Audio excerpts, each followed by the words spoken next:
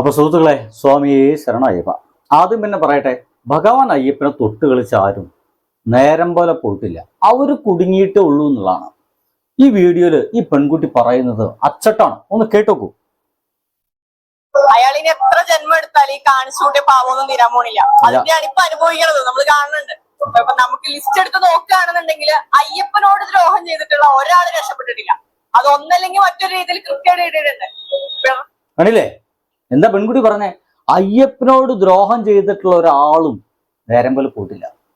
അത് ഒന്നല്ലെങ്കിൽ വേറെ തരത്തില് ആളുകളൊക്കെ കുടുങ്ങിയിട്ടുണ്ട്. സുഹൃത്തുക്കളെ, കുടുങ്ങി, BJP-ക്കാരെ കുടുങ്ങി. അതും രാജീവ് ചന്ദ്രശേഖര്.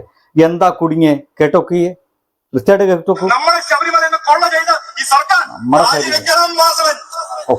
മലയാളം വലിയ പ്രശ്നമാണ്. ഇതിൽ ഒരു സംശയമുള്ള വെച്ചാൽ മാത്രമേ ഞങ്ങൾ ഈ സമരം നിർത്തൂ. ബഹുമാനപ്പെട്ട മുഖ്യമന്ത്രി രാജിവെക്കണം. നോക്കിയേ, കഴിഞ്ഞ ദിവസമാണ് അതിഗംഭീരമായിട്ട് സമരം നമ്മുടെ രാജീവ് ചന്ദ്രശേഖർ ചെയ്തത്. അത് ഞാൻ പിന്നാലെ കാണിക്കാൻ കേട്ടോ. അതിനൊപ്പം തന്നെ പറഞ്ഞത് മുഖ്യമന്ത്രി രാജിവെക്കണം. മുഖ്യമന്ത്രിയും നമ്മുടെ വാസവൻ അടക്കമുള്ള ആളുകള് ശബരിമലയെ കൊന്നു തന്നെയാണ്, അവിടുത്തെ പണം മുഴുവൻ കക്കാണ് എന്ന് പറഞ്ഞുകൊണ്ട് രാജീവ് ചന്ദ്രശേഖർ ഒരു ഗംഭീര സമരം നടത്തി. അതൊരു കള്ള സമരമാണ്, അതൊരു രാഷ്ട്രീയ സമരമാണെന്ന് നാട്ടുകാർക്ക് മനസ്സിലായിട്ടില്ലെങ്കിലും ഭഗവാൻ അയ്യപ്പന് മനസ്സിലായി. അയ്യപ്പൻ പണി കൊടുത്തു. എന്താ പണി? കേട്ടോക്കി, അതിഗംഭീരമായ പണിയാണ്. എവിടെ?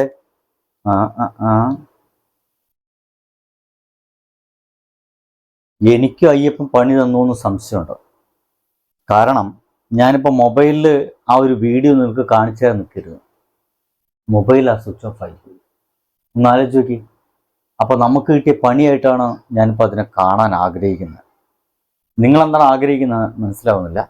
എങ്കിലും രാജീവ് ചന്ദ്രശേഖരന് കിട്ടിയ പണി ഞാൻ നിങ്ങൾക്ക് കാണിച്ചു തരും, തീർച്ചയായിട്ടും കാണിച്ചു തരും. ഒന്ന് ക്ഷമിക്കണേ, പോരാ. അപ്പോൾ എൻ്റെ പ്രിയ സുഹൃത്തുക്കളെ, ഞാൻ പറഞ്ഞിരുന്നത് രാജീവ് ചന്ദ്രശേഖരന് കിട്ടിയൊരു പണിയാണ്. അയ്യപ്പനെ തൊട്ട് കളിച്ചതിന് കിട്ടിയൊരു പണിയാണ്. കണ്ടോക്കൂ.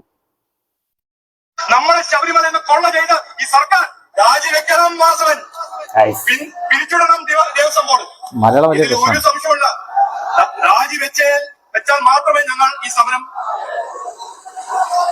നിർത്തൂ. ബഹുമാനപ്പെട്ട മുഖ്യമന്ത്രി രാജിവെക്കണം.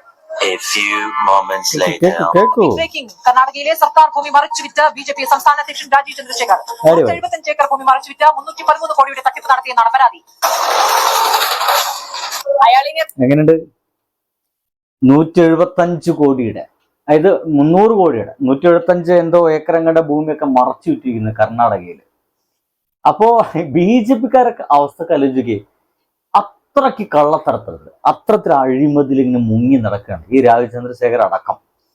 തലപ്പത്തുള്ള ആളുടെ അവസ്ഥയൊക്കെ തന്നെയാണ്. കർണാടകയിൽ പോയിട്ടാണ് ഭൂമിയൊക്കെ മറച്ചിട്ടുള്ളത്. അതും ഈ അയ്യപ്പൻ്റെ ഈ സമയത്ത്, അയ്യപ്പന് വേണ്ടി സമരം ചെയ്തിരുന്ന ഈ ഒരു സമയത്ത് തന്നെ ഇങ്ങനെ സംഭവിച്ചല്ലോ എന്നുള്ളതാണ് സങ്കടകരമായ കാര്യം. കഴിഞ്ഞ ദിവസം പെരുമഴയത്തായിരുന്നു സമരം. ഒന്ന് കണ്ടോക്കിയേ.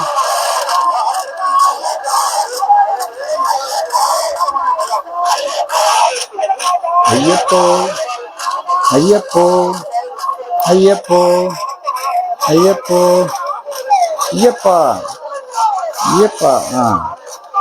ഇങ്ങനെയുണ്ട്. അയ്യപ്പനെ പിടിച്ച് കളിക്കായിരുന്നു ഇവന്മാര്.